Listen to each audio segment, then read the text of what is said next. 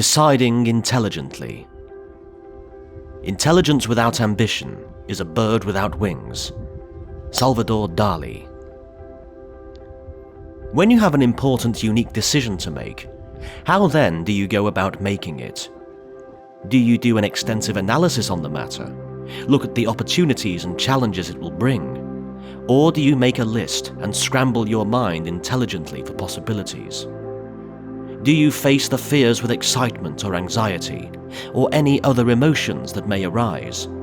Or do you wait for an intuition and go with your gut feeling? The fact is that all of the above can and will probably happen, and it is quite normal. The question is, how do you make success of it intelligently? It is often noted that success in life is simply based on adherence to certain principles. In my book, one of those principles is that you must be completely responsible for your actions if you deem yourself intelligent. This principle, for all we know, might just be the key we are searching for to unlock the fortunes or appreciations we somewhat seek. Intelligence is indeed relative, but anything and everything that is positioned to succeed ought to be guided by principles. It is our responsibility to learn those principles intelligently and adhere to them with the intent to grow. Looking at it from an abstract point of view, we can pull out a situation. For instance, like, say, a software developer who builds a software product and sells it to you. He indicates in the installation manual that this bit of software is compatible with a specific kind of hardware for it to function successfully.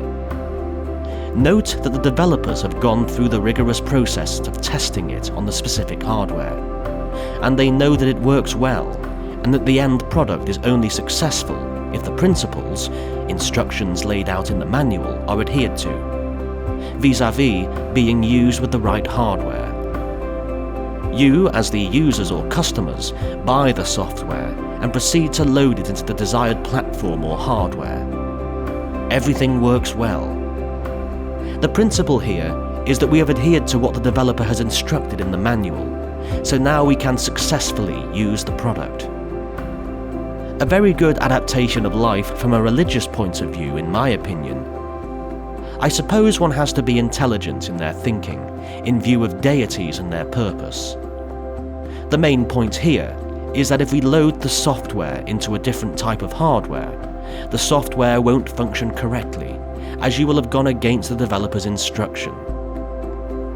This is a bit straightforward to understand, as the key here is obedience to principle and owning that responsibility if we are to do things intelligently.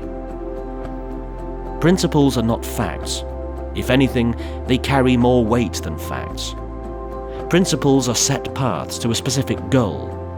They give you the required information or urge you to stick to the required thinking to acquire certain goals. Facts can change, but principles are set in stone. Facts are relative while principles are defined. For example, if you decide to be productive and followed the principled governance of being productive, then you will be productive. I have always been a huge fan of the famous "a word is enough for the wise" quote. I took it well when I first heard it, and I was convinced there was more to it than just the one line. "A word is enough for the wise" is simply centered around responsibility. With intelligence, it is simply the ability to understand things as they are, to use and manage your own emotions in positive ways, to relieve anxiety and stress, to communicate effectively, empathize with others, overcome challenges, and diffuse conflict without violating the rights of others.